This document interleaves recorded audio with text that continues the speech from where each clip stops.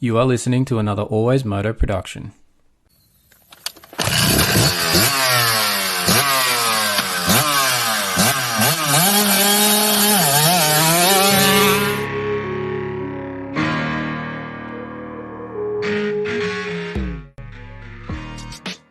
The AlwaysMoto podcast with your host, David Hogan. This show contains information about injuries to riders competing in AMA Supercross, AMA Motocross, MXGP, Oz Pro MX, and other international moto events. The information discussed may be unsettling to some listeners. It might be incomplete or based on medical opinions due to riders tending to hide the details of their injuries. We are here to explain the information and increase injury understanding and visibility for the fans. There might be coarse language and the odd stuff up along the way. If any of this offends you, turn us off right now.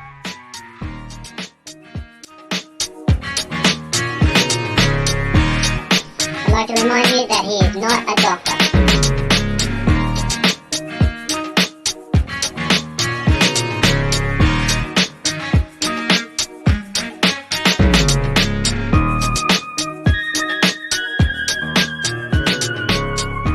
That's right, Moto fans. I'm not a doctor, but I am a physiotherapist, and this is episode 47 of the AlwaysMoto podcast. As always, I'm your host, David Hogan, the Australian physiotherapist. We will be joined during the show by the AlwaysMoto Contractor, Big Ben. I don't know what's happened, unfortunately. He's still waiting to be paid. I don't know what's happened to that check. Anyways, this is the AlwaysMoto podcast, and we are in the depths of the clinic throwing strapping tape anywhere it will stick. That's what a physio does. I've been told many a times. Apparently, there's nothing else to it. As always on the show, we'll be going through all things moto, particularly the injuries in our sport, because hashtag injuries are a part of moto, and that is pretty much as prominent as now as it has ever been, with all the injuries on this list in the emergency department that you'll hear later in the show. This week on the show, we'll be talking SuperMotocross and the very light field that emerged from the East Coast Supercross there for the 250 guys. We'll be talking AlwaysMoto Fantasy, the emergency department league, the emergency department from Houston, and what is heading into Tampa this week. But as always, bringing you the show today is Polar Australia. Polar Australia and their incredible range of activity tracking and heart rate monitors. From the H10 chest strap and their top-of-the-line GPS Multisport watch, the Polar Grit X Pro. I've got it here on the wrist, guys and girls. It's almost impossible to get lost with this thing out on the trails, and it's perfect for doing automatic laps, getting your lap times on the moto without somebody standing there with a pit board. So you can do it all by yourself with the help of this Polar Grit X Pro. Check them out. The link is in the show notes below. Check out Polar Australia. Also, massive thanks to Slantboard Guy. I haven't got it yet, but I've been sent some sneak pictures. I've got a very special custom board coming with an AlwaysMoto logo on it, and I'm super pumped to get this thing. It's not quite here yet. It's in the mail. I've been sent a sneak picture. So massive thanks to the guys and girls at Slantboard Guy. But the slant board, as you will have seen from our post this week, we've got our inspection article up on fullnoise.com.au. Please go and check it out. There is also the podcast. I think it's episode 45, I think is the numbering there, if I got that right, for the slant board inspection. Check it out. It's well worth having in your gym, and Slantboard Guy also has that 10% discount on offer for AlwaysMoto podcast listeners. You've just got to use AlwaysMoto in lowercase at checkout. We do have a link to Slantboard Guy's website direct in the show notes, so please use it. It helps get us, as part of the affiliate deal, it recognizes that you came from us, and we get a little slice of that back to us to help keep the lights on here at the AlwaysMoto podcast. But if you want to get those squats on point in the gym and improve that standing technique on the bike with just some stronger legs and a better range of motion for that squat, this simple piece of equipment is for you. You definitely need to get a hold of a Slantboard Guy Slantboard. As always, we still need your support with the show direct. We've got our t-shirt merch. It's available now. Please send us an email. We're going to use the new email now. It's info@alwaysmoto.com. That's right, info@alwaysmoto.com. Send us an email with t-shirt in the subject line and your size, and we'll be back to you with a payment via PayPal and the delivery details. So please do that. And while we're talking about PayPal, please get on there on our link in our bio or link in the show notes. find the donate at PayPal option there and jump on and send us something to help us support the show and help get us to a few more events this year so we can continue to bring this awesome content to you and stay in touch with everybody about all these injuries and about the happenings at the events, not just here in Australia, but worldwide, and particularly, obviously, the AMA ones that we talk about a lot here on the Always Moto podcast. Anyway, that's it for now. So please do all those things. Buy a shirt, send us a donation, check out Slantboard Guy, check out Polar Australia. Enough intro talk and enough ads. Let's jump into the show. Hey guys, this is Grant Harlan, and this is the AlwaysMoto podcast. All right, we're in the show. We've got the contractor on the line. How are we doing this week, Benny? All right, Dave. How you going? Yeah, not too bad, mate. Still struggling with one wing in the sling, but life is tougher for others, it seems. But yeah, it still sucks when you try to do something in your two hands. Yeah, well, the one wing with a sling, that sounds like that could be a drop. Oh, actually, that's not bad. Actually, I need to clip that later. I'll have to write that down. Anyway, how was your fantasy week? I feel like it was bad. Yeah, it was bad. We'll get into it, but that last corner explosion just killed me. So we'll get into it. Well, Houston was a pretty good round, honestly. Like I felt the track was pretty good. The action was pretty good. It just seemed to hit a few people with fantasy scores that they all seemed to suck this week, or at least a few people went the other way than they were probably hoping to. But it was a good round. I didn't see too many troubles with Race Day Live this week, which was interesting. There was one spot where they lost the sound, so that was all right. But I didn't get to watch the whole thing, and I actually had to watch the races afterwards. I had some stuff on, but it was good to see Hunter come out with a win.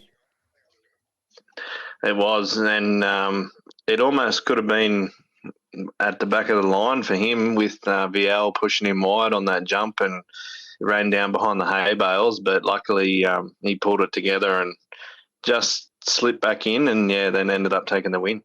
It's funny that one, eh? Like that could have been a hospital bed or survive and win the race, and he got to survive and win the race. So it sort of reminds me of, you hear it on all those other shows, and you read it in the other media articles where they say about, the guy that wins the championship, it doesn't matter sort of what happens to him in that year, but it's just their year.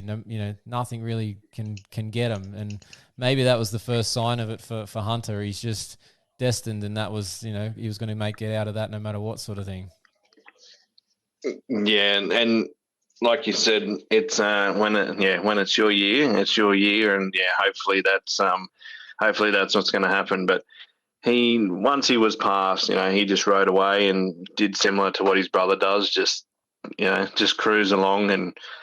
And I don't know whether he had a little bit more, like if someone had challenged him, whether he was just, like I said, cruising or what. But yeah, it was just nice out front, took it easy, and it's good.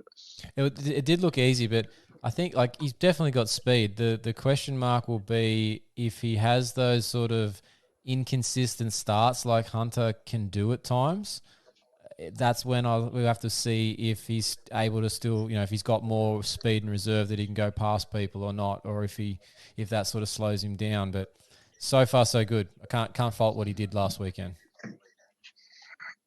Yeah, and I was going to pick him for FFL, and I didn't because I just, like you said, I just can't trust his starts. But yeah, he was right up there, which is good. Yeah, and it's on the good start. How was Vial off the line? Like he didn't get the actual whole shot, I don't think, but his first couple of corners there was pretty impressive to get himself into the front and then lead 2 laps. That was pretty awesome for the guy that's an MXGP specialist.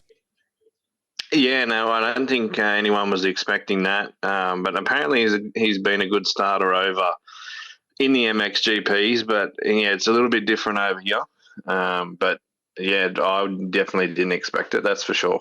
No, it was a bit of a shocker, but it was pretty cool to see, to be honest. Like, I didn't expect him to even be sort of top 5, and for him to be running around, he probably should have podiumed if it wasn't for that mistake at the end of the race.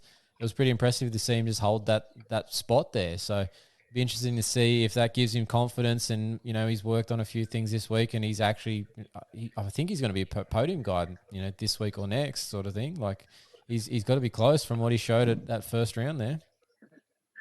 Yeah, he had a big crash in practice or qualifying in the whoops, and I think that's not his strongest point. So if there's a track that has a big set of whoops, which I think this week there is a nice set, he might struggle in those. But if there's a track that has a smaller set, he might be able to get away with it and not lose so much time there. Yeah, I hear you, but I feel like, you know how Marvin never really got rid of that tag if he's not good in the whoops from just, from the whole time he's been in the US. I feel like Vial's someone who actually could overcome that. Like he's going to get past that point. Like he looked so damn good already, and it's only been, 3-4 months that he's been doing Supercross. I feel like now that he's done it once in a race, I feel he would just pick it up, and improve on it really quickly. I don't think it's going to be an Achilles heel for him for too long. Yeah, no, I agree with that. I think, once gets a few more races under his belt at race pace, going through them, and at the test track they can break up and get run in however it happens at the track. But once it comes race weekend, they just completely they're a different beast. So once he sort of gets the hang of how they chop up in the week, like on a weekend, I think he'll be right. Yeah, definitely. He'll be much better. I just think the more exposure to more tracks, like the more races he does, he's going to obviously be on more tracks with different builds of these whoops and the track in general, and he'll just get that experience, and he'll be good to go. And speaking of other rookies, Hayden Deegan was a bit of an impressive one for this first week at Houston. He was, and it all started in qualifying, practice and qualifying, and it didn't take long for the videos to hit the socials of him nearly dragging bars around that one berm that he just went nearly, looked like he was just going flat out on. But no, he did well. Didn't, did he fall off in the race or not? I don't think so. I don't think he did. I think he was one of the few that didn't. So there's a few, sort of, was it after Anstey didn't and Hunter didn't, but everybody else sort of back that way did, it seemed. Like Jeremy Martin fell off at one point. Jordan Smith fell off at one point. I'm not sure if Hymas did or not, but I think he went backwards at least. So whether it was a crash or not, I can't remember. But there was a bunch of them in that sort of 5 to 8 range that were going down. Yeah, so he did a good job, to finish fourth, I think it was. I definitely didn't expect that. A lot of haters were hoping that wouldn't happen, because it's just been the biggest talking point for the last, few months. And then after last weekend, he had that crash. The weekend before, he had the crash in the futures, and we don't want to see that. And all these people hating are just wasting their time. But he did a good job. We'll just have to see where he ends up this weekend and see, whether he can keep it that way or whether some mistakes creep in. And but it's his first year, so he's a rookie, and I'm spewing that I didn't pick him for fantasy. You and everybody who didn't, I think. So he won't be as useful this time around because he's now an all-star. So anyway, but we'll have to see if he can repeat and replicate what he did at round one at the rest of the season or not, or if he has those inconsistent rookie type races. We'll have to see how that plays out. And then the main event for the 450s, we had Ferrandis down, unfortunately causing a red flag there. Interesting for me watching this as a health professional and seeing that he was down for quite a while. Like with the coverage that we get when they go to the ad breaks in the US, we get to see just that long shot of the stadium, and you get to see what's happening. And obviously we could see the medical crew and stuff still there, and he was on the ground and they didn't move him for quite some time. And even by the time they come back from the ad breaks, he'd only sort of just gotten moving at that point. And I had a little, chuckle to myself about the whole neck brace, but he's standing up and walking to the mule situation. I couldn't quite understand that one for myself, but did you have any thoughts on that, Benny, about, did that look odd to you as just a general, fan, spectator watching that section of, the brace and him walking? Well, normally when you end up in a neck brace, you end up still laying on the ground and then being put onto a board. And they well, that's what happened with me. I broke my arm and they still put me in one, and there was no problem with my neck, but they still put me in one. Yeah. And I was straight on a board and straight into the back of the ambulance. But yeah, for him to, when they panned across to it and he was up walking, but they were still holding the neck brace on, I thought Dave's going to love this come podcast time. Mate, but yeah, I wasn't real sure how that works. Yeah, I had one eyebrow raised and I was like, WTF? Like, hold on, this doesn't look right. Because as soon as one, there's a couple of things here, right? Like one, if he's out cold, when he comes to, he's not making good decisions at that point, right?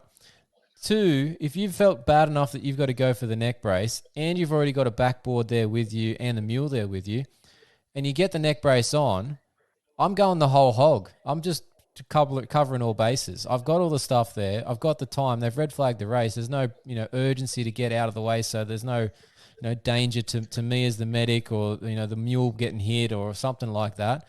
So take the time, put him on the board. Don't listen to him if he's talking something, telling you he's fine. He's just knocked his head. He probably can't tell if he's fine or not.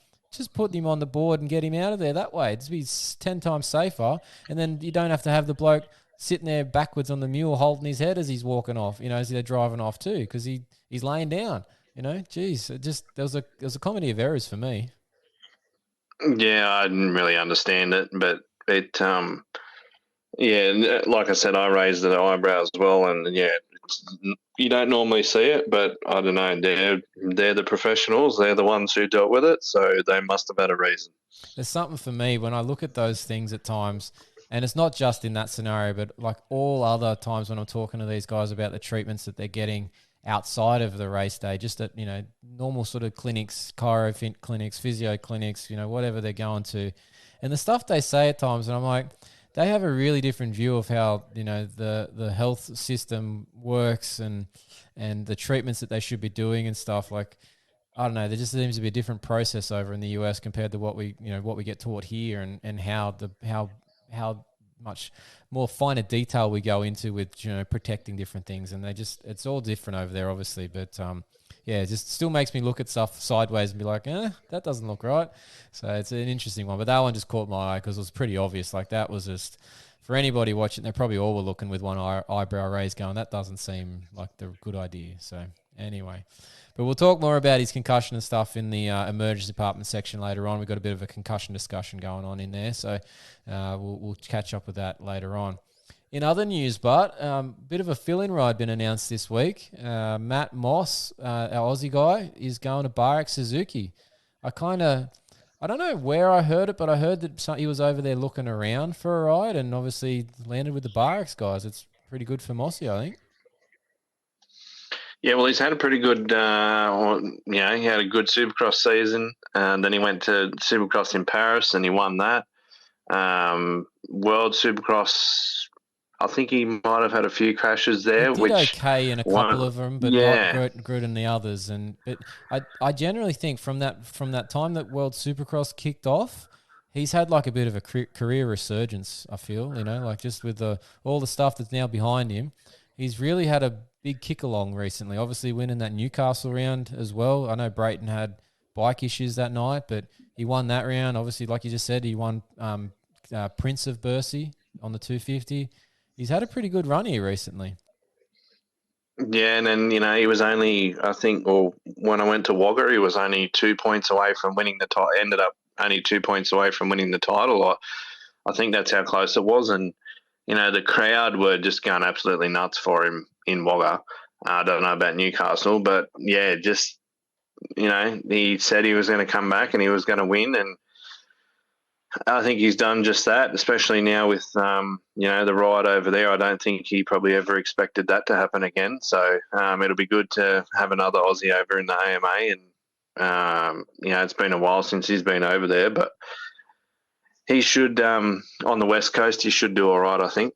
Yeah, I think that West Coast dirt would suit him, be more familiar for him, compared for our Aussie rounds as well. It's that more hard pack sort of surface. So I don't see why he couldn't do quite well. Obviously, the field's thinned out as well with a few injuries already. So he should do reasonably well, especially on 250.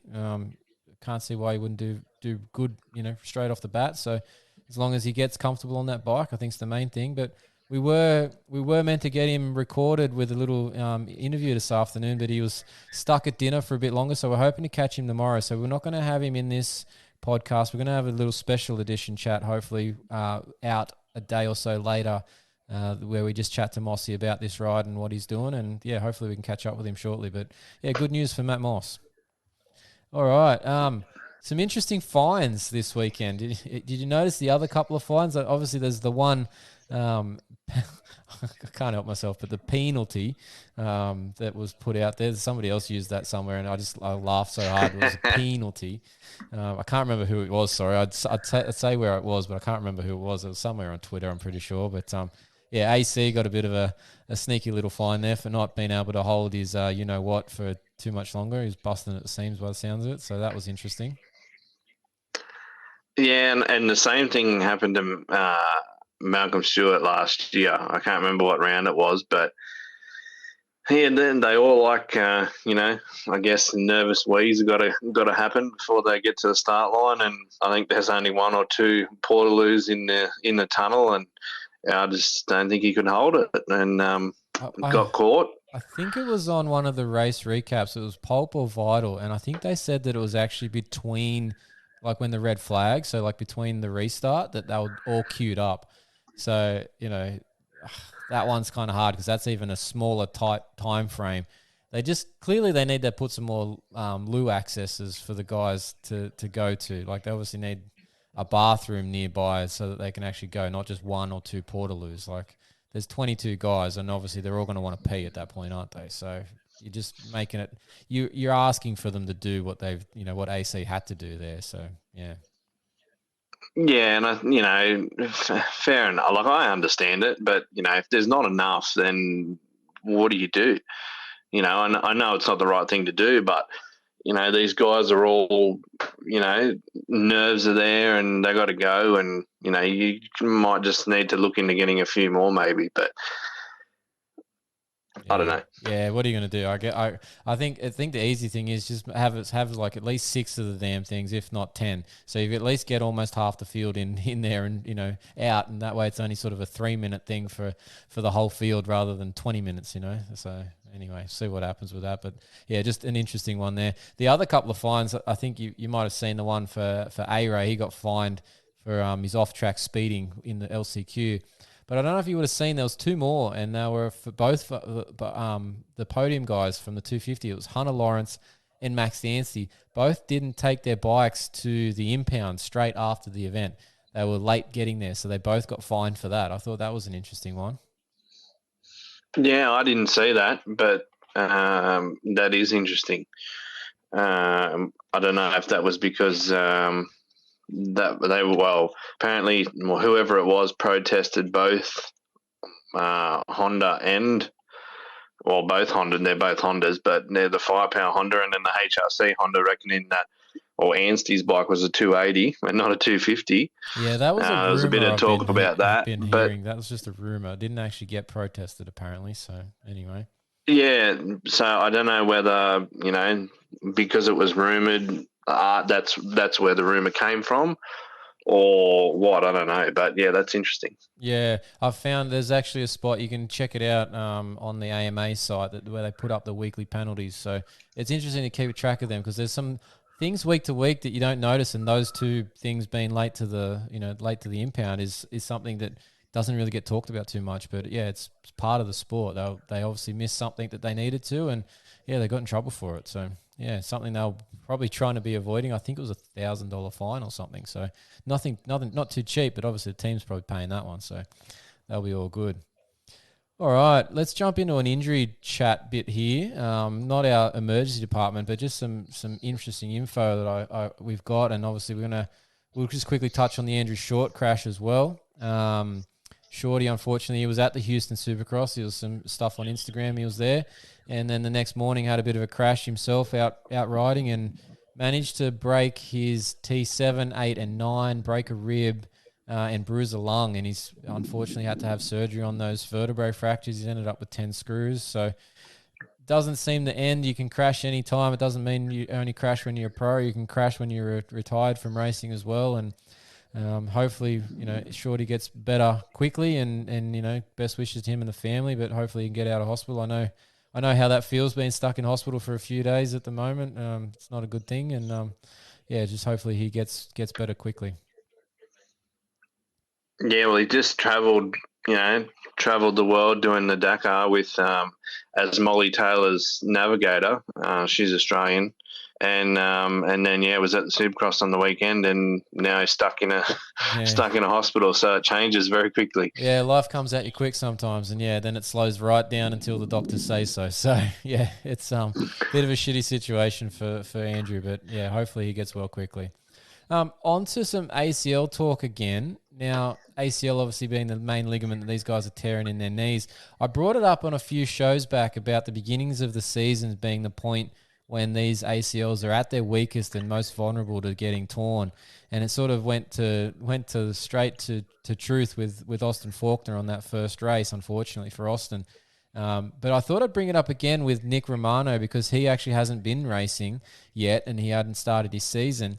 And he also had a little period where he was off the bike for a couple of weeks. So he had to then come back and build fitness and everything back up, and then obviously tore the ACL before he actually got to the races. So it kind of, in a different manner, proved the same point that this early point in the year is when these ACLs are most vulnerable. And for Nick, it's really bad timing, given we're already into February and heading towards the middle of February. He's going to be out for quite a long time, and in his update, he's pretty much out for the whole year. By the time he gets back to 6 months minimum sort of thing for being back on the bike, it's just going to screw his whole season. So he might not actually be back on a racetrack until 2024. But just bad timing with these ACLs. And I'm not sure if anyone's really thinking about that when they're doing these training sessions and stuff, and if they've actually considered some specific ACL loading tasks. But it doesn't actually take too much to do it. But I did look it up just so we had a number involved here, Benny, and there's actually a bit of force that goes through the knee to get these ACLs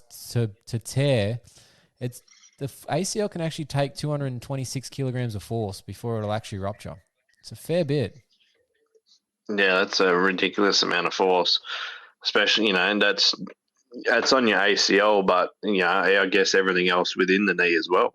Well, we say to people in the clinic, like when you stand up, that's body weight, right? But when you actually start to run, you put 4 to 10 times your body weight through your knee.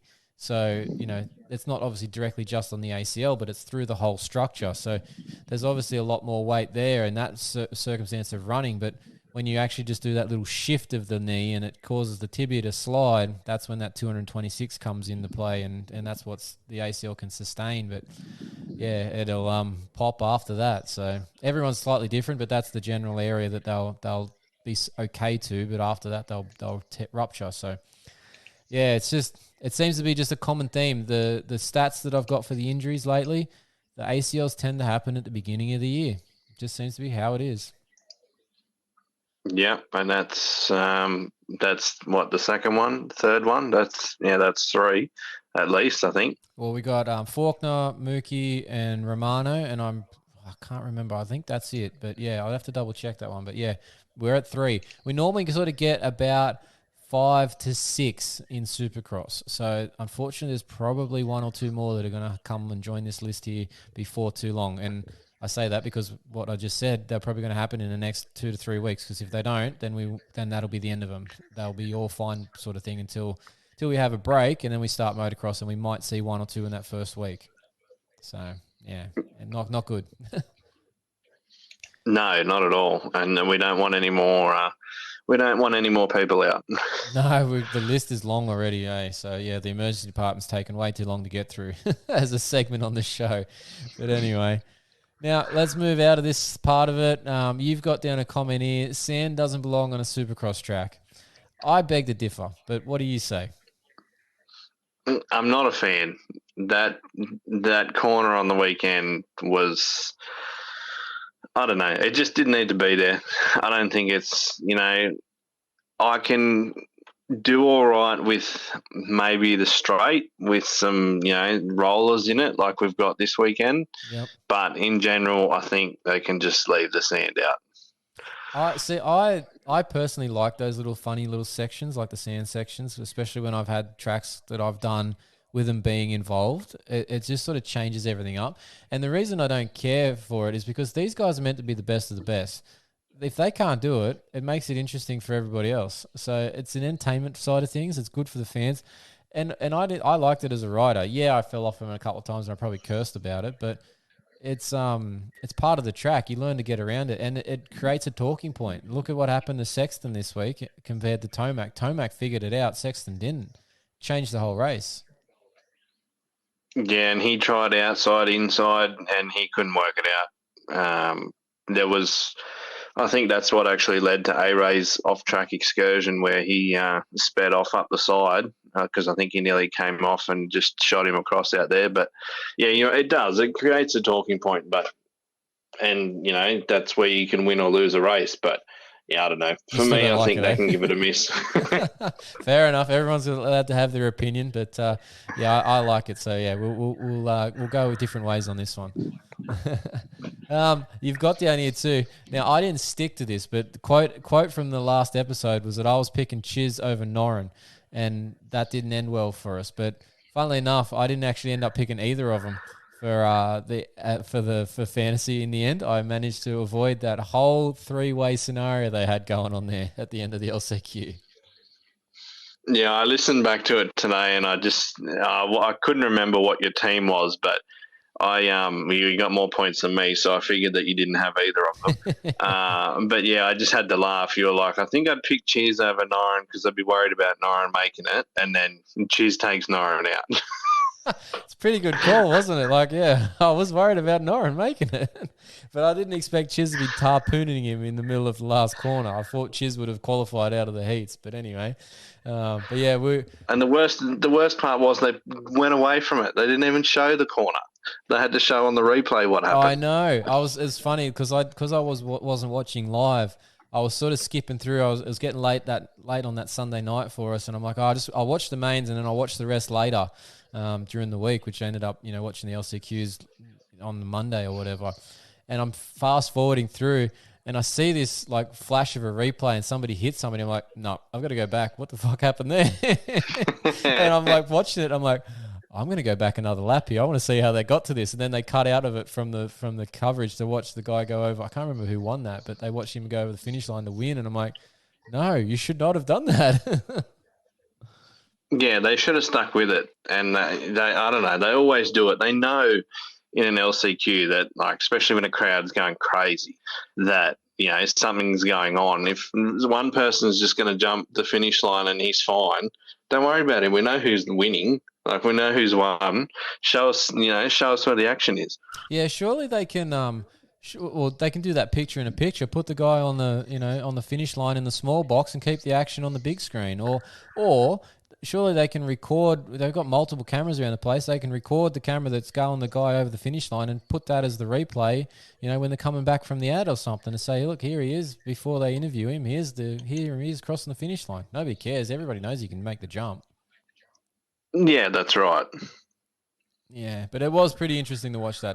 That end of that event, the end of that LCQ race was it was mind-blowing, to be honest. But anyway, I hope that happens every week. That would be awesome.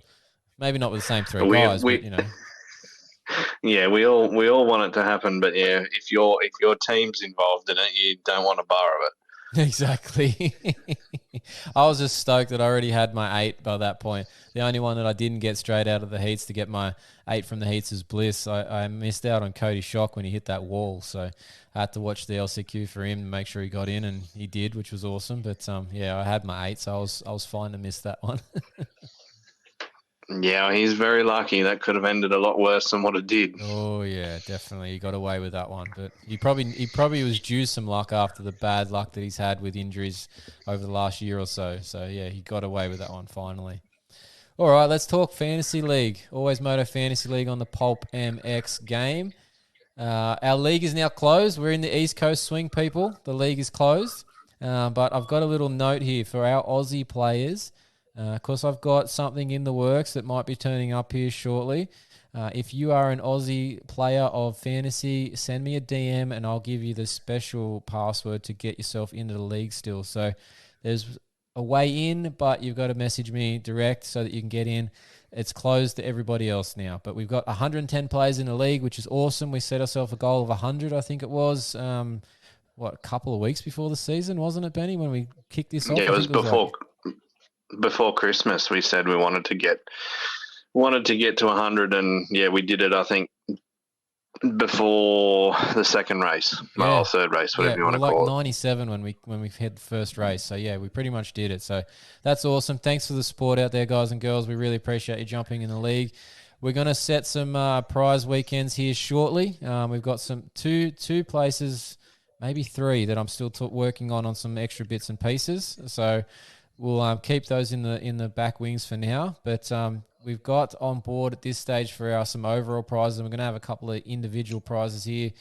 Coastal Motorcycle Centre, Goat Brand MX, Thor MX Australia, Michelin Australia, Ringmaster Images, and Helltech Australia. So good sponsors on board. We're going to have the prizes coming out here shortly for the different rounds and some random positions. They won't just be for the firsts, but you've got to have to be following those pages, and you've got to have sent me an email to fantasy@alwaysmoto.com with your pulp name and your Instagram. If you don't have Instagram, maybe your Facebook, at least an email with your pulp name so I can get a hold of you. If you haven't done that, you're not eligible for prizes. So make sure you do that, because if I find your name as the winner of a prize and I look you up and I don't have you on my little spreadsheet, you're not getting the prize. Don't care what you say. Harsh but fair. Right, Benny? Yeah, that's exactly right. And, I was a benefactor of that last year, so I won't complain. That but was yeah, before that's we right. brought you in as the contractor. So, yeah, you benefited from somebody not returning or couldn't find them and not following the rules by registering and all that sort of stuff. So it's not hard. It doesn't cost you anything. It's just your email. It's not like we're gonna do anything with it. We might send you an email and say, hey, have you joined the league next year? But that's about it. So, but yeah, that's what we got to do, people, to be eligible for prizes. Now, if you want to talk fantasy with myself or Benny, feel free to send Ben an email at thecontractor@alwaysmoto.com or his Instagram @grino22, or you can hit me up with the AlwaysMoto Instagram page. Just send us a DM, and we can chat and bullshit about our teams. And the one thing that we've got to do here, and we're going to add to these prizes here, we've got a special one that's coming for the person who's using that hashtag, the AlwaysMoto Fantasy League, on their team posts or any of the posts that they put up to do with fantasy. Put that hashtag on it. We're going to check that hashtag at the end of the season, and whoever's done it the most is going to get a special prize from us. So make sure you're doing it, people. Use the hashtag AlwaysMoto Fantasy League. All right. The league scores. So far, overall this season so far, I've got 909 points, and I'm going to claim this one for the moment. Benny, you're only on 835, mate. What is going on? I think I'm going to have to stop doing this podcast. Because ever since we started this fantasy section, it hasn't gone well. And you've even just overtaken me by, I think, how many points was it? Just let me double check. 1 point in the RM fantasy one too. So at the moment, you're leading both. I did notice that, and I was like, that's pretty good considering I don't really pay too much attention to the RM fantasy one at all. So I'm like, oh, that's awesome. I'm in front on both accounts. So awesome. But you've noted down here too, for the round last week at Houston, the guy that won our league, I assume it's a guy, it's Mason, was the winner in our league, but also won the whole championship for the round. Yeah, so he had 304 points, and when you look in out of the whole championship, he got first with that. So yeah, for someone in our league to get first overall, that's pretty good. Pretty sweet effort there. Hopefully he can back it up and maybe go the other way next time so that we can all get a bit further up in the points. That's got to put a fair gap on people. I think I got 235, so he's put nearly 70 points on me in one round. That's ridiculous. Yeah, and I'm just trying to find where he is actually in the league standings in our overall, but he's not on the first page from what I can see. Not the top 50 there, so maybe he just got lucky and sent it hard at every round, and this one was the one that came off. Where is he? Can't find it. There is a Lockie there in 25th position, which also I think if you go to no, found it here. He's on 57th overall. Mason 47, 57th overall with 304 was his best. right. So yeah. So yeah, maybe he did need to make those points up. Yeah, he's got the worst round of 145. He's got to be sending it hard each week by the looks of it. Yeah, he would have had to. Send it this week, but he played it smart and he picked, Deegan, Hymus, and Cullen Park, and then Justin Cooper. So and got really lucky with Morans. So he sent it and he got the results. Yeah. So currently for the overall for our league, it's Dillaway that's leading it on 991 from MX Goat on 987. We got to scroll down a fair way to find us. I'm in 19th, and hold on, I'll just scroll a bit further. It's just click. Oh wait. Oh, there you are. You're the 46, mate. Yeah. Yeah. I'm down in 46th position. Oh, you're only a couple of points back from Clinton Fowler with his Fowler's facts, mate. So you can't be doing too bad. The guy that knows everything about the sport, you're only a couple of points off him, so that's not too bad. Yeah, I just got the last 2 weeks have just been really unlucky, but I just remembering back from listening to our podcast today, I'm pretty sure Ratmo was leading with a gap of 20 points last week, and he's fourth. He's fourth this week. He dropped way down. He got I don't know if that was this round, but he got 205 as his worst. So I'm assuming that was this past round just gone for him to drop off. So I think it was. No. Yeah, it was. Yeah, he got his worst round.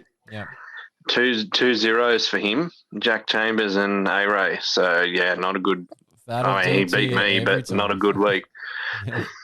All good. So, let's talk teams for this week. What have you got for your 250s, mate? So, hopefully this week will be a little bit going for a little bit more simple, I think. But we'll see. So I've got Hunter as my all-star. Was very happy with Anstey last week. Got me full points with that second. So that was a good choice. I've got Blos because I expect him to do – he got 10th and he didn't have a very good start last week. So hopefully with a good start he'll get more than 10th, which should get some points up there. I've got Nate Thrasher. He's a -1. Fell over in the sand twice on that corner last week. So hopefully he doesn't fall over in the sand in a straight line this week. One can hope. But I expect him to be up there if he doesn't fall over. Yeah. And I've got Talon Hawkins at a 4.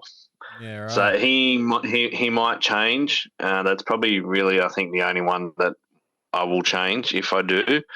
But I couldn't really find anyone else in there that I thought looked good. Maybe it'll be him or Cody Shock, I reckon. But I'm not sure. Yeah, the ones that I had from last week sort of filled the spots that I would have picked for this week. But I think you and I are probably going to flip-flop on the All-Stars for the next few rounds. I've gone Anstey this week. You had him last week, and I had Hunter last week. So I think we're going to flip-flop that. I've also gone Thrasher just because he's he's not an all-star and he's only a -1 and he could win the race. So he could, max himself out massively. I went Blows as well. I figured he's going to be a reasonable pick to get into the, 7, 8. So hopefully I'm hoping down to 5 or 6 to be honest this week, but we'll see. And then I also picked Jace Owen. He's a 4 as well. I looked at Hawkins, but I was like, that rookie side of things. I was hoping Owen would be just a little bit more stable for us. So we'll see how that plays out. Yeah, well, I've got I think Hawkins, Cody Shock, or who was the other one? Hawkins, Shock, or Jace Owen. Yeah, they're the 3 that you can probably switch around with. Yeah, exactly. So, all right, 450s. I'll go first. I've gone all-star as Aaron Plessinger this week. There's something about what he did last week. I think he's on the rise. So I've gone Aaron. He's a 6. So I figured that's pretty good. I've gone Justin Cooper. He's still a 2 handicap. And if he does anything like what he did last week, he will get decent points again. And And that's when I've started running out of options because there's a few people that I don't want to pick that are sitting in the right range. But I've had to pick Colt Nichols and I've gone Justin Starling at a 9. And I'm not sure about – oh, look, Colt will make the main. I'm not sure about Starling and if I want to stick with him. We'll have to see what the times are like on the weekend. Yeah, pretty sure he's made every race, but yeah, he's gone to the LCQ every race, and he was just in front of that battle last week. Yeah, I don't think it's as risky as some of the others, but yeah, you might be still on the edge of your seat for a little bit. Yeah, I do like my 8 from the heats as Bliss, so I might just be picking a bit safer on that one. We'll have to see how it goes with the times on Sunday morning when we're watching him. But yeah, so who have you got for your 450 team? So I got Barsha as my all-star. He's been quiet, but good quiet. He got, 6th last week, so that's not too bad.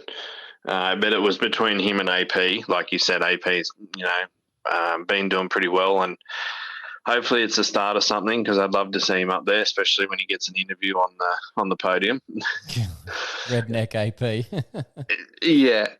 I've got Cheers at the moment, but I want to see what his qualifying's like because, I don't know, he was just cruising around in the LCQ for a bit there, and then it was, a few laps to go, and he was just – then he must have been like, oh, I better do something, and then started going after everyone, and then we know what happened then. So, but he owes me to be on the good side this week, so we'll see. I've got Dean Wilson at a 4. He's been doing pretty well. He's going to get in the main, sort of just a smart pick, and I've got AC at the moment.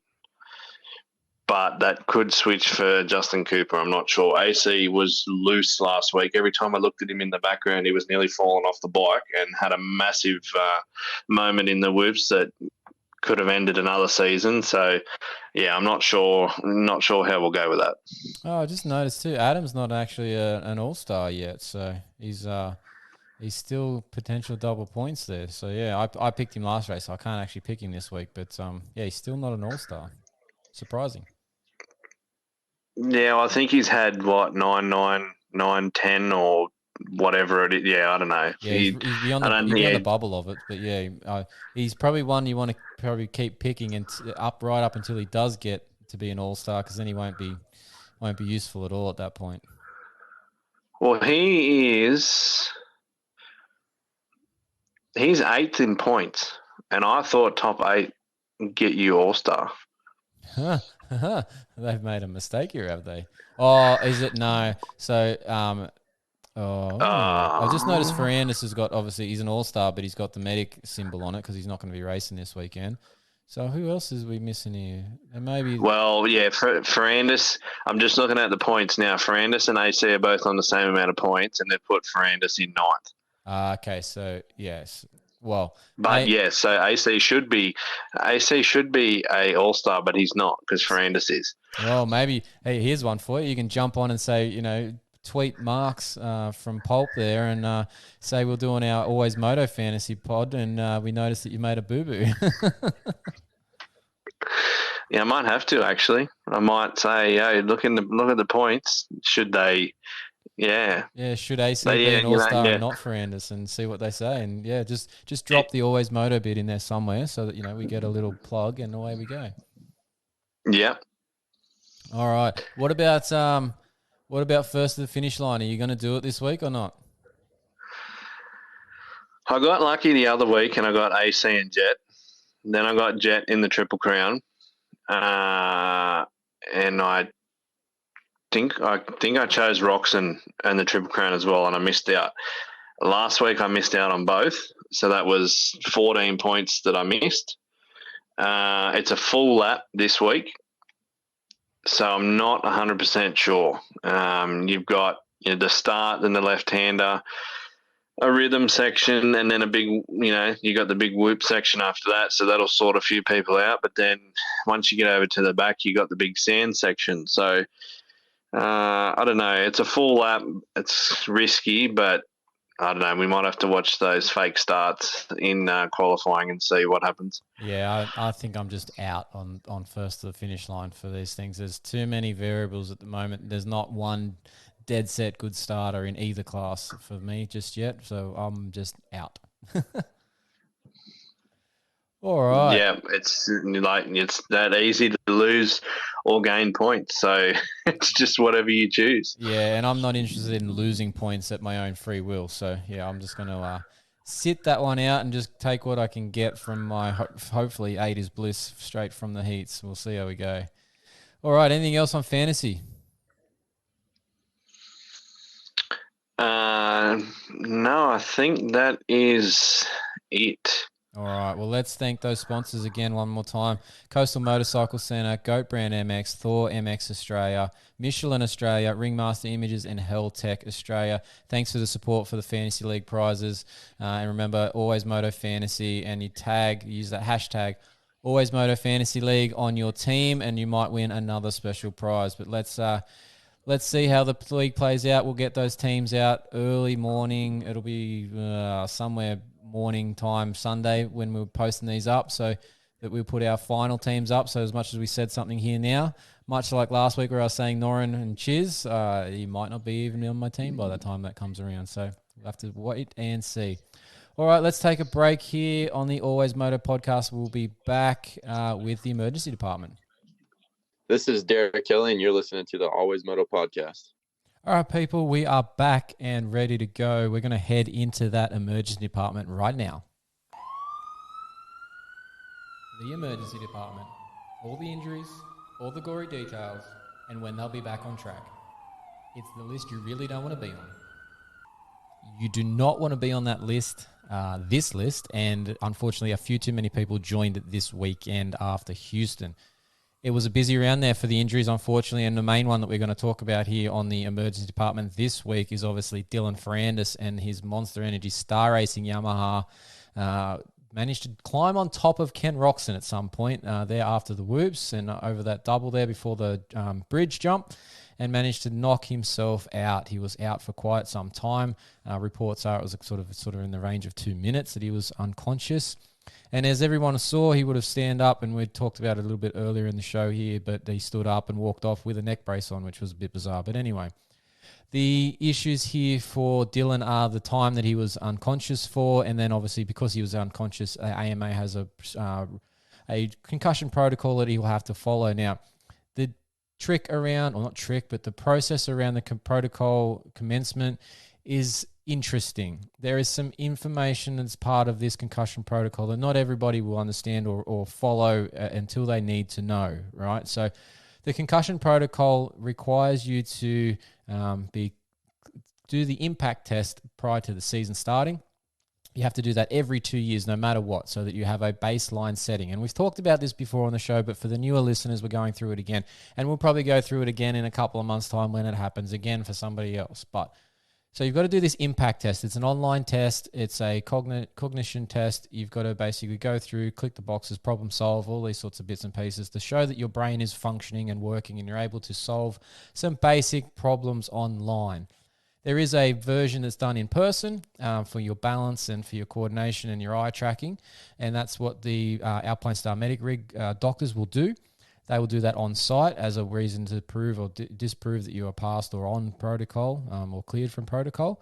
And to commence that process of going onto a concussion protocol, you've got to be diagnosed with having a concussion. Now, obviously, Dylan being unconscious there, they've determined that he would have had a concussion. The commencement of then the second part of this is the return to ride AMA protocol that they have in place, which is a 5-day. Hold on 2 seconds right here. Let me check this out. It is a 5-day protocol. Sorry, guys and girls, I got my numbers a bit out there. So it was 5 days, and each stage, it's for 5 stage. It takes minimum of 5 days because each stage is 24 hours for it to be completed. You can't do a stage quicker than that. You have to be symptom free for that whole day before you can progress to the next one, which is a progression of physical tasks, and you can't start riding until the 4th day of that protocol.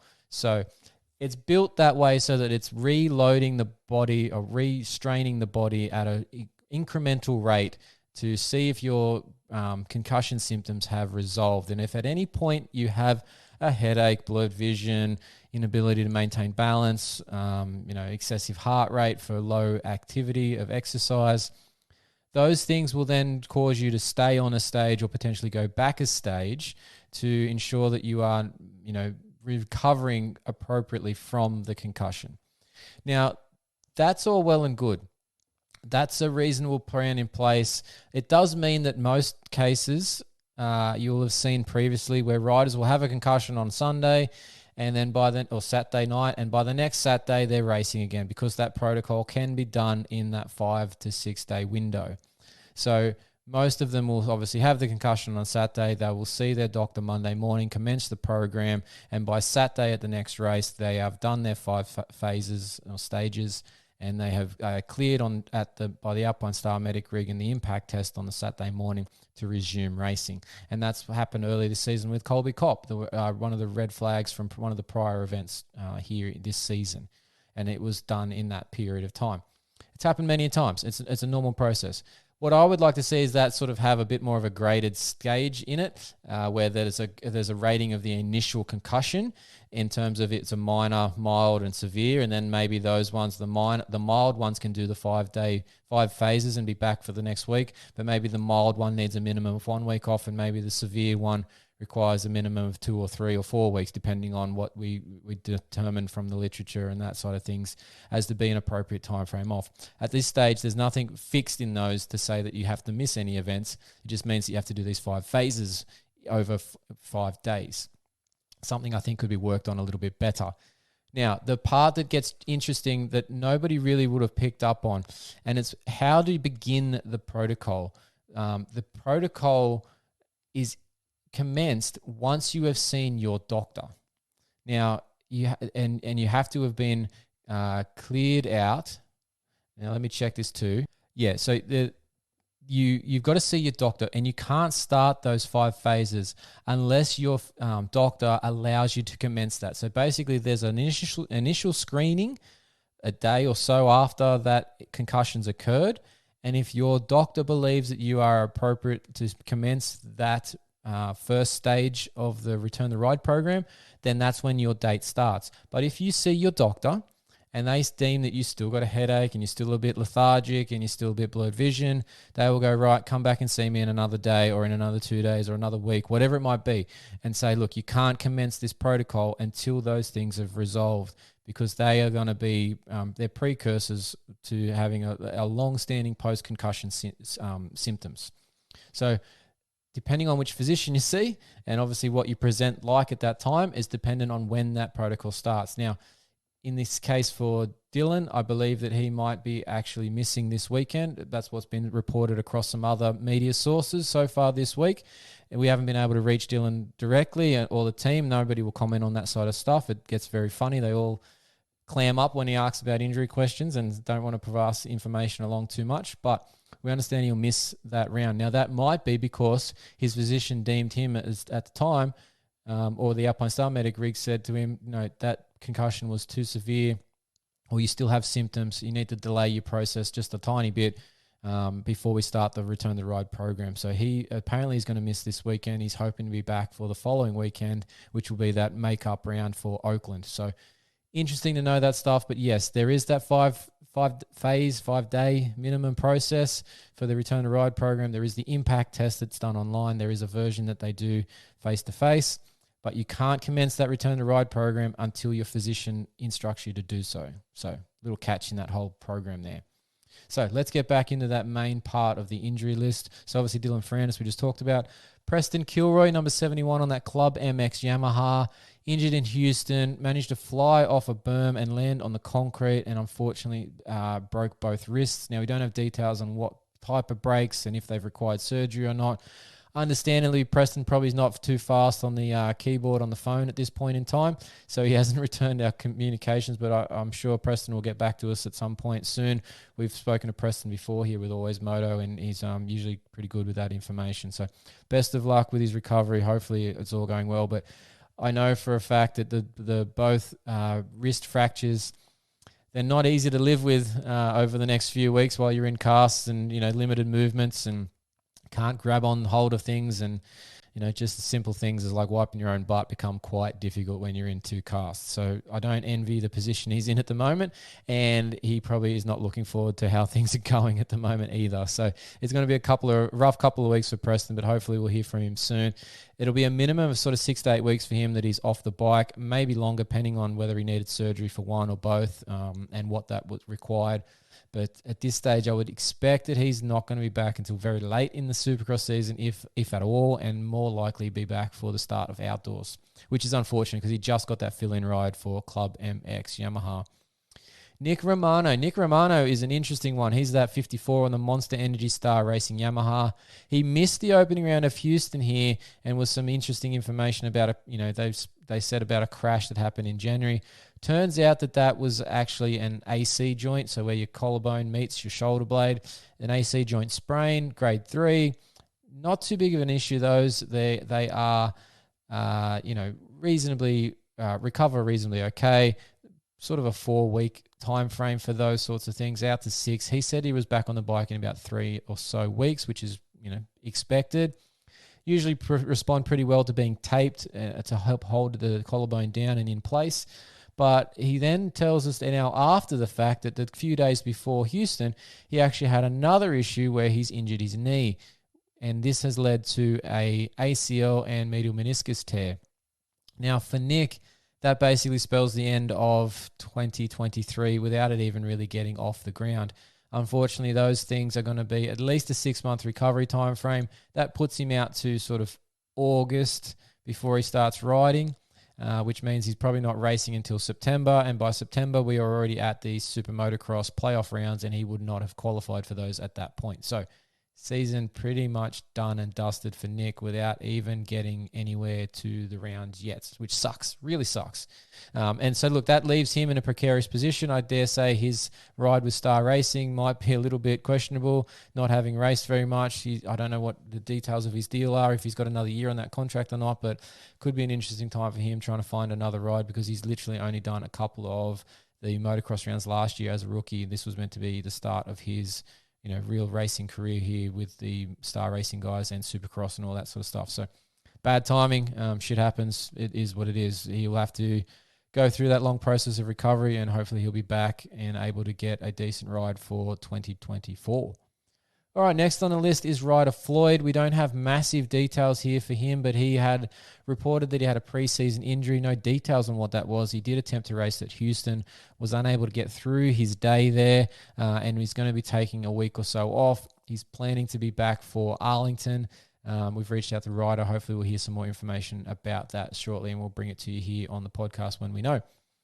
Jared Lesher, number 412, Privateer Yamaha, had a crash in the whoops in Houston. Not massive details here, but he did smash his chest into the crossbar, had to go to the emergency room to get checked for internal injuries, but he seems to be okay. He has indicated per his social media updates that he will be back at Tampa this week. So it'll be interesting to see how he goes with that and if he can get through that without too much hassles. Now, we've been chatting with Devin Raper a little bit. He had a crash in Houston, but it was reported to be from a pre-existing injury that was a nerve injury in his arm.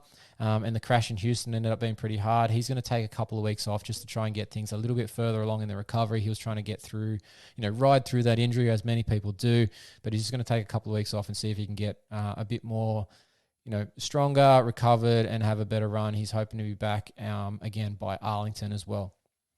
Another privateer on a gas this time. It's Doc Smith, number 464. Had a crash in the whoops at Houston as well. Managed to bang his shoulder up a bit. No real injuries here other than just the obvious bruising and swelling that's gone on. And Doc is going to be racing Tampa this weekend. He's trying to make his first night show, so we'll have to see how he goes and if he can get through the day without any more aggravations to that shoulder. One that we sort of missed here in all the updates in the past few weeks, leading into Houston for the East Coast opener, TJ Albright, number 116, was going to be on a privateer Yamaha this season. had an injury before the season started and he's out for a few weeks. No details by TJ. Again, reached out to him, but haven't got a response as yet. He is just, needs a few weeks off according to his update. I'd say that means that he possibly broke something along the lines of like a hand or a collarbone. So I would expect him to be back for that round 13 in Atlanta when the East Coast swing kicks back into play after a couple of weeks of West Coast there in the middle of the season. So there's a bit happening there for these guys, and a few more details I've got to follow up on and bring to you guys and girls listening there for the Always Moto podcast in coming shows. But we've got the basis of the information ready to go here. We just got to get a couple more details. But yeah, the Dylan Ferrandis one was not good. Obviously, that red flag that resulted from it in the main there, and also he's going to have some time off. Preston Kilroy, definitely not good. And Nick Romano, definitely not good either. He's added to the ACL count now, and I think we're sort of in the 4 or so range for the ACLs already in 2023, which is not good. All right, let's take a break here on the Always Moto podcast. Hey, what's up, guys? It's Scott Meshy, number 411, and you're listening to the Always Moto podcast. All right, joining us this week on the Always Moto podcast, he's fresh from the main event at Houston when the East Coast kicked off here. He's riding for the Partzilla Team PRMX. He's number 170. It's Devin Simonson. How are we doing, Devin? I'm doing good. Thanks for having me on. No, I appreciate the time, mate, and good to chat to another new voice on the podcast here. First time for you, so nice that you can join us. Bit of a good but bad start to Houston for you, I guess you'd say. You made it to the main event, but the main event didn't last too long. How was all that for you as that opening round for East Coast? Yeah, honestly, I was pretty stoked just to make it straight through the heat race, especially after practice. I was kind of bummed with myself. Just I knew I was capable of a lot more, as far as faster time and better qualifying. So I was kind of bummed out, and then I kind of was just focusing on the heat race. I knew I was a good starter on the Cowie, and like I said, Partzilla PRMX bike is an absolute rocket this year. So I was pretty confident in my start, knowing going up to the gate, knowing I could get out front, and that's pretty much what I did. And yeah, so I made it straight through the heat race with an 8th. Then the main event came around and I felt really good. I had a pretty bad start from the outside, and that was my mistake. Really, I just kind of made a dumb move coming into the first turn and let off kind of early. And then, I had a little bike malfunction. Pipe ended up breaking, and then ended up cutting the back brake line. So instead of just rolling around for the 15 minutes, I decided to pull off, and whatever. It is what it is. Yeah, look, racing happens, doesn't it, sometimes? And, parts, unfortunately, don't make it through some of the competition needs at times. But, right. Yeah, look, obviously it always comes around next week to go again. So, you get another opportunity. Yeah, exactly. That's the good thing about racing dirt bikes, I guess. You always got the weekend after to make up for it. So yeah, exactly. So how has been the prep coming into this year? How's the training and everything with the bike setup in general? I gather you're reasonably comfortable. You sound pretty happy from what you just said there about the speed of the bike, at least. Yeah, no, it's been awesome. Tim from TCD has really took it up a notch with the suspension type of side of things, and I've been really enjoying it. And the training wise, I had a pretty good off season. I couldn't really ask for much better. I mean, as far as the big thing was rain, really, that's was kind of holding us back, and luckily we were pretty good on that for a while. So it was all good. Now, you mentioned in some of the texts when we were setting up the interview that you're at south of the border. How's that set up for you with the facility in terms of giving you that access to training and gym and tracks and stuff? I gather that's helping you get all this going. Yeah, it's awesome, honestly. We have the whole parts of the PRMX team here, so all my teammates train with me every day, and we got the gym. I literally stay 200 feet from the gym, maybe. Mm-hmm. And then we have two Supercross tracks on campus, or whatever you would say. And then so everything we need is right here, and luckily SOB helps out the team, and we have a shop here as well. So it's nice for sure. Is it nice to be able to just sort of walk, like you said, 200 feet or whatever, to get to the gym? There's sort of reduces the excuses of, oh, my car didn't start that morning or whatever. And then obviously you can go and check on how the race bike or whatever's looking, in the shop during the week, and talk to the mechanic and stuff as it's all happening. Like, it must be nice to be able to see it all there and just have it, so close handy. Yeah, no, it's super nice. Like, for a while, like I stayed like an hour or so from here, so I would just drive back and forth every day. Yep.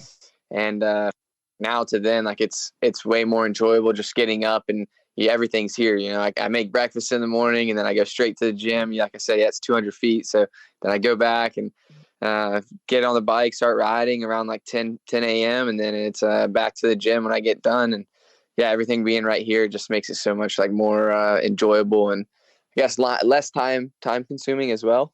You don't have to have those hour-long commutes each way or to the gym here. It's everything's right here that you need. So do you find then that, like, from say when you were commuting that hour to now when you're just walking across the driveway or whatever, do you find that your fatigue level is less because you're not spending that that extra energy, not getting up that extra hour earlier, say, to do the travel? Like, is that helping from a fatigue point of view? To be quite honest, like I never really have noticed it. No. Yeah, really haven't noticed that. Okay. To be completely honest, it's more of just like a time thing. Like I'm big on, I like to sleep, I like to get my hours in, and Yep. Having to get up that extra hour early, some days is really hurting. And then other days, it is what it is. But yeah, no, I couldn't say yes or no on the fatigue side of things, Okay. like noticing. Well, I would expect that at some point you might, pick up that later in the season, maybe as the season's, sort of 6-7 rounds in, that extra effort that you would have had to have done, the year before or whatever might not be there. So you might notice it then. But yeah, no, look, it's interesting to see how those sort of facility setups, when you're on site, everything's accessible, how much it changes, your perception of the effort and what you've got to do each week because it's so close handy. So yeah, it's just interesting to hear that point of view from you guys that are living on site, basically. Yeah, and again too. So like the last time I drove that hour each way was like a year ago. So then again, like I might not necessarily remember. Like I could have felt some fatigue them days, and then just not really noticed now because I've been here for so long. So yeah. Very true. Yeah, very true. Now, one thing that sort of caught my eye with your update that you popped out on the socials there after Houston was your recovery from last season from an injury for a concussion and some of the treatments that you went through. When did that concussion occur, and what led you to go to that functional neurology center that I've seen a few other guys using as well to sort of help with the post-concussion symptoms and such? How did you end up there as well? Yeah, so I got that, had the concussion, the week before St. Louis Supercross. I believe it was like a practice crash sort of thing. Yep. The exact date, I want to say it was like April 3rd. It was like that Tuesday or Wednesday before. Yeah. And yeah, pretty much how I ended up at like the functional neurology was, I had a lot of like people kind of, like shoot me their way. Like, you should go check them out, check this place out. And I really liked that. I spoke to the Dr. Schmo on the phone, and I really liked what he was about. And like, he actually went to Minneapolis Supercross that year, which was our first round of the East Coast. So he actually like kind of knew what we were doing and trying to get done out there. And as far as like, having to be on par with your head, and you can't have anything holding you back. So I really just liked how he kind of knew what we needed to do. And yeah, so that's pretty much how I ended up there. And it worked out really well. So because like it's in Minnesota or something, isn't it? So it's not like I gather it wasn't too local to you at that point either. Did you have to go and stay out there for a couple of weeks or something, or what? How did that work for you? Yeah, so I set up a date with them. It was probably, I waited a little while because with what I had going on, which was post-concussion syndrome, I didn't really know like when it would get better and how long it would take. Yep. So before I ended up out there, I ended up like waiting like 2 months. And it wasn't because, because they were taking a while. It was just on me. Like I wanted to wait and see, you know, if it got better before I took the trip out. Sure. Yeah. And See if it resolved by itself rather than having to spend the money and the right. time, I gather. Yeah. Right. So, so anyways, I ended up getting on a flight, and I think it was like a couple-hour flight. And then, I just got a hotel for the week that was relatively close, and just walked back and forth pretty much every day. I did like a all intensive like care week. Think it was I was pretty much there, I'd say, from like 9 to about 3 or 4 every day, just working on different stuff. Yeah. Okay. So you had to go through, I gather, a few different places. I had to check it there. I've looked at their treatment plans and stuff, and obviously they got their gyro ball that everyone sort of sees as a social post that gets the interest in, but they've got a few other therapy lines that I gather you go through over those couple of hours that you're saying you're there for. Yeah, I did like a lot of hyperbaric chamber. Like you said, the gyro stem. A lot of like stem. I'm not even sure exactly what I want to say. It was like stem cell, maybe. They would put me on this table and pretty much like lay me like upside, like vertical, and like shock tongue and stuff. So like it's pretty much like almost like they were shocking you with a 9-volt battery, but it wasn't, you know. Yep. Feel like a lab rat at that point. Yeah. Felt like that. But yeah, just all kinds of different stuff. And like, honestly, like when I was there, like I wasn't too sure like how it was going to work, you know? And I was honestly like very surprised when I got done with everything. Like I can say like it helped for sure. So did you notice that change in terms of those post-concussion symptoms? Obviously, like day one when you walk out, you're probably feeling rather fatigued from all the high concentration side of things that you had to do with it. But did you feel better straight away, or wasn't until the end of the week and you stopped going that you noticed that it finally, you know, that it kicked over, that the symptoms had sort of settled? So I wouldn't even really say it was like that week either. You know, like we did a lot of stuff that week, eye movement, like just a lot of eye movement stuff, just all kinds of stuff really. And so I wouldn't say it was that week. And then, you know, they sent me home with like a bunch of, you know, my own like exercises and stuff to do at home as well. I did those for maybe 2 or 3 more months. Yeah. Like, okay. Interesting. Every day. Yeah. Every day, 2 to 3 times a day. Just, you know, again, it was like my eye movements were really out of whack, and I had like I had a pretty bad like head tremor as well. Okay. So like, they gave me a bunch of, you know, exercises to do at home. So like over from that week that I went there to, you know, the couple months after, like, is when I noticed the biggest improvements. So. No, that's good. It's kind of interesting that they obviously had that intensive week to set all this up, but it's awesome that they send you home and then you were actually able to, you know, follow through on that regularity of the ongoing treatment yourself and get that good effect, because a lot of these things, not just for concussions, but for any rehab, you know, we as the treatment professional, like me being physio, we send people home with exercises all the time, and it's sort of a hit and miss task as to whether they're going to do them properly or not, or they might say to you, oh yeah, I did it once, but I didn't really do it the rest of the week like you told me to, and you're like, well, that's why you're not getting better, you know? So it's awesome to hear that you did it so regularly, and obviously you got good benefit from it in the end. Right. Yeah, no. And for me, like, I mean, obviously I've hurt myself before, and like, I might not have done my physical therapy that like I should have, but like this time, like it was kind of like a make or break deal. Like I either did it and it worked, or I just kept struggling on, you know, and so I really just wanted to do as much as I could and try to get back to normal. Do you think, and this is a funny question for you, but do you think you did that this time around because it was your head and the brain, and like, you know, in other times it might have been a hand or a foot or something like that, and it's like, it'll get there when it gets there sort of thing? Like, do you think because it was your head and obviously it's impacting your concentration, your ability to do other things, that you paid more attention to that rehab? Yeah, definitely. Like 100%. I would say that.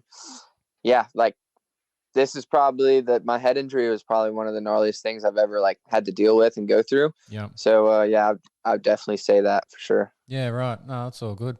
So look, appreciate you running through that stuff. It's interesting because concussions for us, you know, in our sport happen unfortunately too regularly. And you know, it's nice to hear some of these other parts that you can get to help with those symptoms. And obviously that neurology center, it seems to be getting a little bit more popular. Like I said, I've seen it a few times now for different riders going there. So it's obviously doing some good work. But so how is it, when did all that sort of finish for you? And when were you able to start getting into normal training again for this season? Was it much of a, was there a big time frame in that for you? Did you feel like you're running out of time to get ready? Yeah. So honestly, like there was a point in time, like I told my parents, like, if I have to take this whole year off, like that's just what I'm going to have to do, like I want to continue racing. Like, this is what I love. This is what I've done my whole life. So like, I obviously wasn't thinking about quitting. Like if anything, I was like, I'll go get a day job and work. And then whenever I feel good again, like I'll go back to racing, but yeah, so really from like the day that it happened, I think until I started riding, I want to say it was 6 or 7 months. Oh, okay. That was a long time. Yeah. It happened in April. And like I said, I took, I ended up trying to race St. Louis, because I went and got checked out by the doctors and just, rest a few days. You have a slight concussion, you'll be fine, whatever. Mm-hmm. Yeah.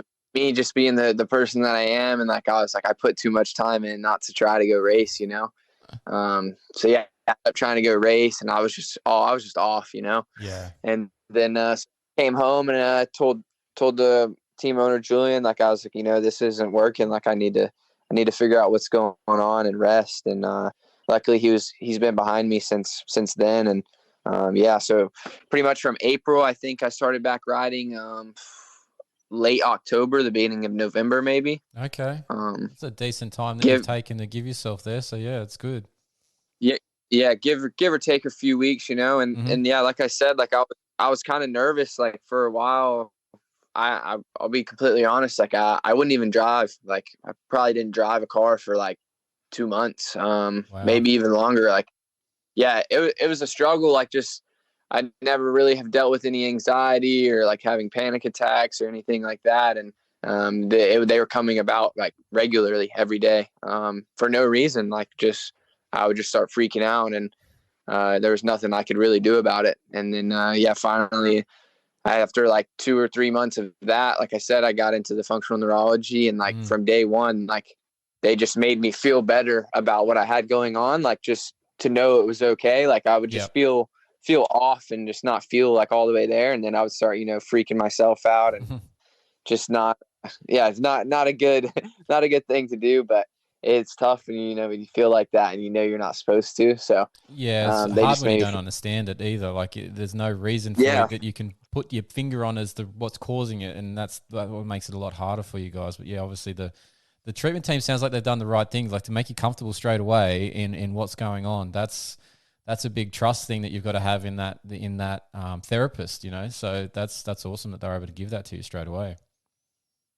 Yeah, I mean, literally, like the first day I went there, like, yeah, like we understand, like you're fine, like what I mean, like we see this every day, like you're what I mean. It's not a it's not a dying thing. Like you're gonna be fine. Like we'll get you dialed, and yeah, like I said, and then like I said earlier, like I wasn't too sure about it. I was kind of like yeah, like whatever. And then after the week. Yeah, and then like after the week, I was like, dang, like I kind of do feel better, Like, oh, that's and awesome. then yeah, they sent me home with a bunch of stuff to do, and it worked out. And then so I was stoked. Oh, great. So looking at this year now, obviously with all that behind you, where are we looking at expectations for what you're trying to do this Supercross season? Yeah, I mean, like I would say this past weekend in Houston was a good start for me. Like it felt like a big monkey off my shoulders, really, like just making the main event straight to the heat race. Like I didn't really know what to expect, especially going through all that last year. I was just personally pumped to be out there racing again, like with the best of the best. So, but yeah, I was stoked to make the main event, and then yeah, I wanted to do better in the main event. I think overall my goal by the end of the season, is to crack some top tens. I know I'm capable of it. Just gotta have everything kind of go right with as far as the bike and how I feel, and yeah, just get a good start, and yeah. Well, you sound like you've been putting in the work. Like this week, obviously, when we're trying to set this up, you're saying that you've been in the gym, you've been long days riding. So obviously, the work side of things is happening. It's just make it happen on the day. Nice, but that you were able to prove to yourself after that long time off too that you can go straight into a main event after all this time. So it sort of reinforces that the work was worthwhile. Yeah, no, yeah, for sure. Like our parts of the PRMX team, we've been putting in the overtime for sure. Like just trying to get comfortable. And like I said, yeah, taking that amount of time off. Like when I first got back riding, I felt like a fish out of water. I was like, dude, do I even know how to scrub anymore? I was like, do I know how to scrub anymore? Like, do I know how to whip?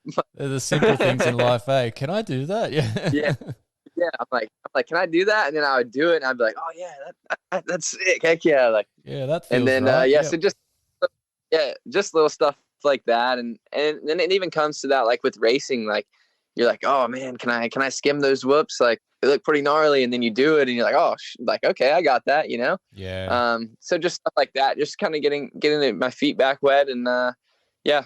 I mean, last year I had a pretty struggle of a year, even the rounds that I did race. So like I said, I was stoked just to make it to the main event, like straight through the heat. So. No, it's good start for the year, mate. To get into the main's always a good thing. So hopefully this weekend in Tampa, you'll be able to do similar. Yeah, no, that's the goal. And I even want to be like, I think my goal for this weekend is even shooting for a top 10, really. Like there's no reason why I shouldn't be able to get up in there and with a good start and ride like I know how ride like I know how. Yeah, I don't see why I couldn't. Yeah, man, set the goals high, and how's the saying go? Shoot for the stars and then land on the moon or whatever. So yeah, just put it up there and see where it gets to. Yeah, can't complain at that point, mate. So no, awesome. Look, appreciate the time. It's a great chat with you, Devin, about these. One what you're doing now, but also that bit with the concussion. Awesome information for everybody listening out there, and perfect time on the AlwaysMoto podcast to be talking about that sort of stuff. So really appreciate it. Thanks for coming on. Yeah, no, thank you for having me, and hopefully I can help out somebody that maybe is going through the similar thing. Like it's definitely tough, but if anybody's going through it, you're probably not the only one, or you aren't the only one. There's plenty of people that get concussions and deal with the same type of stuff. You just got to find the right people to help you out. So. Yeah, definitely. Well said. Yeah, and lots of people do need to just find that right place, and maybe that functional neurology center is it for a lot of people in the States there. But yeah, there's plenty of different options for those sorts of treatments and interventions. So you just got to have a little bit of a Google. But yeah, no, I appreciate you sharing that. It was awesome. Yep. Thanks again, mate. We'll wrap it up there, mate. Thanks for that. Thanks for the interview. Yeah, no, thank you. I appreciate it. Awesome. Thanks, Devin. I'm Kyle Greason, and you're listening to the AlwaysMoto podcast. And we're back, guys and girls. Thanks for sticking around. Thanks for listening to that interview there with Devin Simonson. Some pretty good stuff in that one. He was pretty open too about that concussion side of things, and nice to talk to him about how he's going this season so far and his plans and all that sort of stuff. So we appreciate his time on the AlwaysMoto podcast. Now, we're almost done, guys and girls, but stick around for just a second longer. Don't forget to send us those T-shirt orders. Send them through to info@alwaysmoto.com with that T-shirt size, and we'll get back to you about purchase price and all that sort of stuff. We'll be able to purchase these shortly through the website, but for now it's not up and running. But we're just going to say the name of it so it starts to stick in the brains and you know where to look. It's alwaysmoto.com. Remember, follow us on social media to stay up to date on all things injury in moto. Search AlwaysMoto on your favorite social media platform and then follow and subscribe. Make sure you're subscribed to the podcast feed so you don't miss an episode. And I say this all the time. Make sure, if your podcast app allows, please leave us a rating, and that will help us get found and have more listeners, and we'll be able to get more sponsors and more giveaways, and it'll be good for everybody. So please do that. I would really appreciate it. Thank you.